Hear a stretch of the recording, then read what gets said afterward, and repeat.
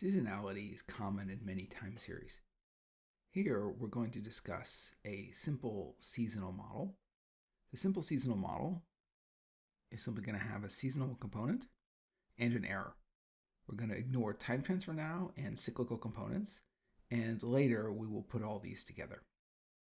So a seasonal pattern is one that repeats every m observations. So m will be a consistent unit we'll use throughout the slides to describe the seasonal periodicity, as it's known. For example, if you have quarterly data, m would be 4. For monthly data, m would be 12. It can also be defined over other periods. For example, it doesn't have to be strictly on an annual basis. If you have daily data, you might have a period every 5 or 7 days, depending on whether you have data only during the week or including the weekends. You may have hourly data that has seasonality across the day.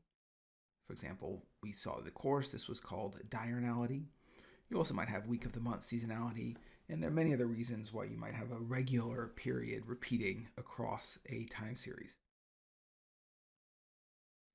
The most important feature about a seasonality is it's something that is completely predictable based on the timestamp.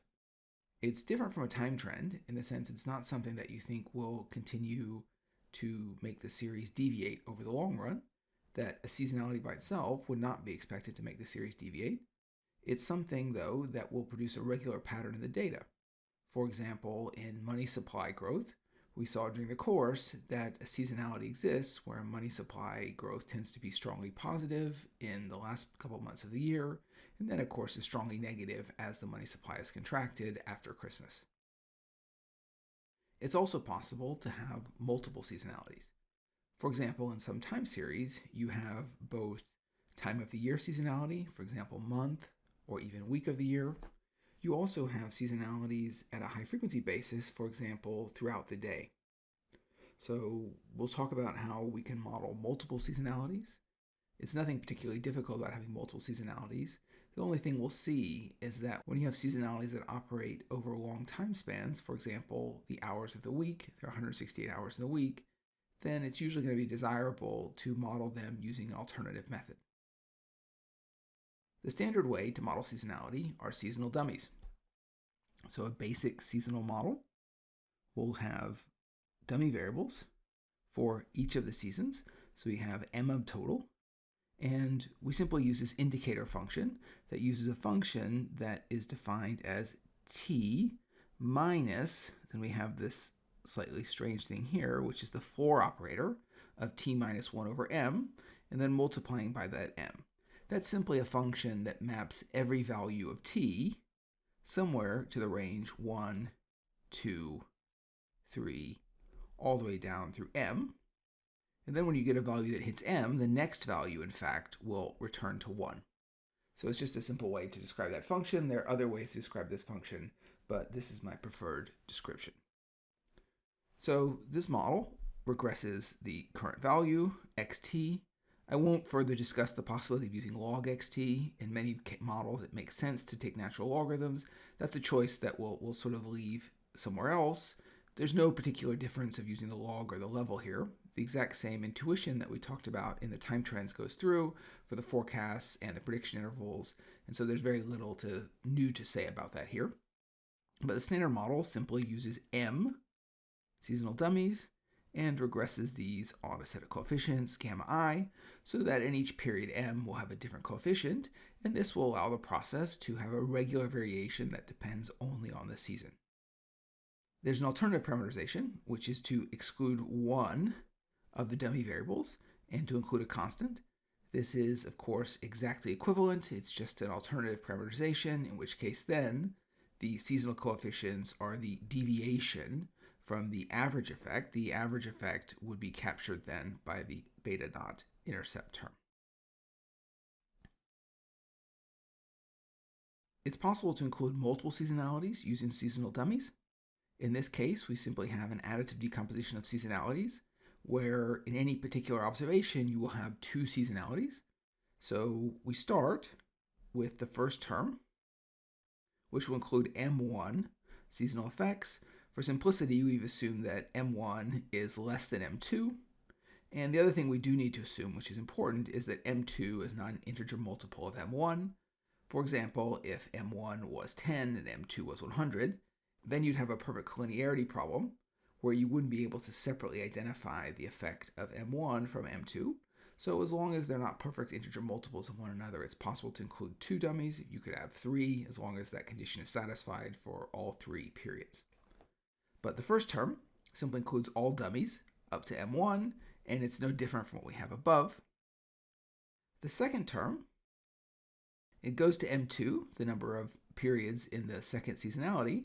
However, it excludes one of the dummies here. So you can see it starts from j equals 2 to m2, and this excludes one of the dummies, and that's simply because by construction, the sum of all of the dummies equals 1 for either of the periods. And so if we included both sets of dummies, we'd have a perfectly collinear model. This is an example of the so-called dummy variable trap. And so the way to work around that is if you have a second season, you simply drop one of the dummies. If you had a third season, you also would just have to drop one of the dummies. Again, the key condition here being you don't have an integer multiple. If you had integer multiple, you would have a sort of more complicated problem, and you wouldn't be able to have these two because one set of dummies would be completely perfectly nested in the other. Estimation of seasonal dummy models uses just OLS. There's nothing particularly difficult about it. It's easy, of course, to combine these with trends to build a model that has both seasonality and trends, which starts to actually get you a decent model for a lot of time series. That is, it isn't always necessary to have cyclical components, so autoregressive or moving average terms. And for some series, or certainly for some horizons, this is actually a fairly plausible model. Again, often we won't need the sort of t-squared term here. We'll mostly be able to get away simply with t. In this particular parameterization, you'll notice there's no intercept. That's simply because I've chosen to include all m of the seasonal terms. So one question we often have as well is how would we actually determine whether we need seasonalities in a time series? So again, I'm going to abstract from the possibility of needing a trend or autoregressive or other terms of the model and just focus on a basic model that considers a sort of pure seasonal effect versus not having seasonalities. So in which case we're going to use this sort of alternative parameterization. So the restricted model is just going to be an intercept. The unrestricted model will have the intercept plus m minus 1 of the seasonal dummies. So we drop 1 to avoid the dummy variable trap. So we just want to simply test whether the restricted and the unrestricted model fit the data equally well. To do this, we use an f-test.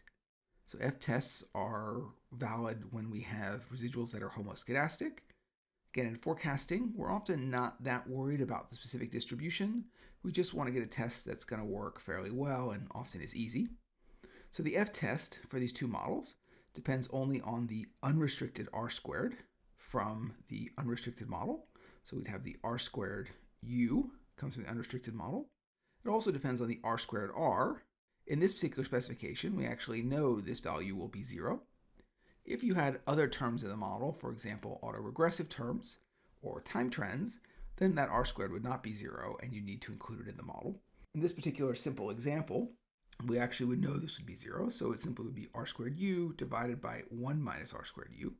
Then we multiply this by a degrees of freedom correction, which is t minus m. That's the degrees of freedom in the denominator, divided by m minus 1, which are the number of restrictions. The difference between the two models are the missing gamma coefficients. There are exactly m minus 1 of those, and so that's the degrees of freedom. This test statistic has what's known as an F distribution with m minus 1 degrees of freedom in the numerator and t minus m degrees of freedom in the denominator. If you were particularly worried about heteroscedasticity, you of course could use a walled test or any other valid test, but in practice this F-test is very simple to do and is really common in forecasting models. Again, because we're not particularly interested in inference, we just want to get a reasonable and easy classification of whether we need to include a seasonality or not. Forecasting is also extremely simple. Again, here I have the model with sort of time trends, so I have time, and I just included time squared, just to have some variables there. The only thing we need to know is which period we're in. This is this function Sm of t plus h. So you simply plug in the forecast horizon into this function Sm. This will simply give you some value 1, 2, all the way through m. And that's it. So there's nothing really to do. Prediction intervals are also very simple and standard.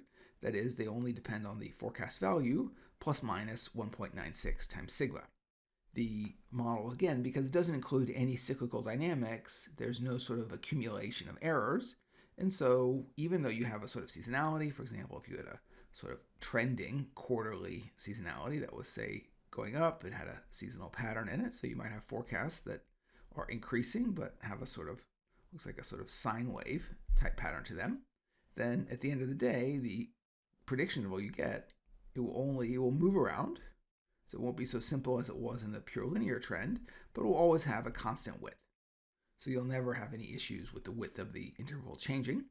So again, this is a particular feature of this very, very limited specification that only has a time trend and seasonal components, but they don't actually affect the sort of error accumulation. If you want to model the natural log, just like it was the case in time trends, you can either use the mean or the median forecast, again, making an assumption that the residuals are normally distributed. You get a log normal distribution. An alternative method that is fairly commonly used, especially when the period is very large, for example, if you have an hourly seasonality across a week, so that the seasonality repeats every 168 hours, then it may be very difficult to include 168 dummy variables in your model. Obviously, if you have an extremely large data sample, it may be reasonable and to not restrict yourself. But for some data samples, even if you have a year's worth of data, you'd only have 50 observations for each of the seasons, and it probably doesn't make sense to model these as if they're completely allowed to have complete freedom, which is what you get when you use seasonal dummies. So instead, we can actually use a Fourier series to model this. So this provides, by default, a smooth seasonal effects, unlike dummies, which of course dummies imply no restrictions, and so every seasonal effect can be potentially very far away from the other. The Fourier series will, by default, impose some structure here, but it's also, again, very simple. At the end of the day, you have to construct two variables, a cosine variable and a sine variable. So you have the 2k pi, which is simply to let us know, which sort of component we're in the Fourier series. We then have Sm of t over m. So this, of course, is going to be a value that's going to be somewhere between 1 over m and m over m. So in other words, 1 over m to 1. Of course, we know the cosine function.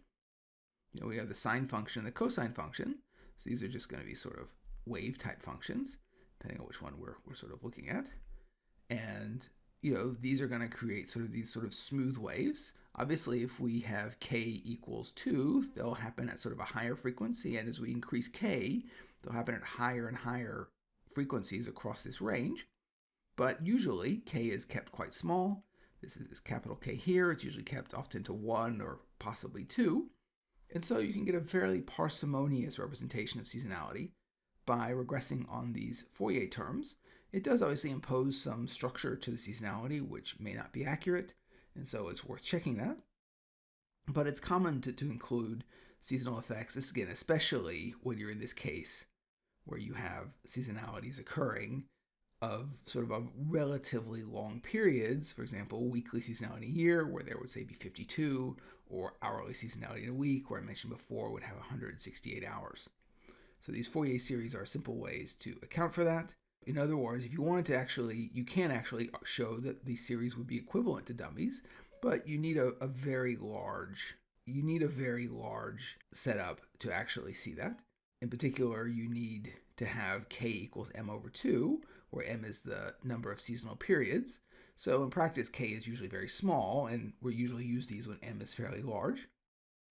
You can, of course, have multiple seasonalities with this. You just would have additional Fourier terms, where instead of having just sort of m in the denominator, you would have one that would have, say, m1. You'd have another one that would have, Sm of t over m2, and so on. It's common to actually see seasonalities modeled where one set of seasonalities, say a low-frequency set of seasonalities, quarterly or monthly, are modeled with dummies, but a second seasonality, one that evolves at a higher frequency, is modeled with a Fourier series. Forecasts are also extremely simple. The only change is to replace Sm of t with Sm of t plus h. This will automatically select the term you need from the Fourier series, and everything else goes through in a very straightforward way. So we've seen that seasonal dummies are a simple method to account for seasonal shifts in a time series. It's simple to build models for seasonal dummies and time trends using dummy variables and time trends, and it's just OLS. Seasonal dummies were seen to not affect prediction intervals because they don't actually lead to any error accumulation. An alternative to using seasonal dummies is to use Fourier series, which allows us to have parsimonious specification even when we have long periods. And finally, it's possible to capture multiple seasonalities using combinations of either dummies and a Fourier series, or two sets of dummies, or even two Fourier series.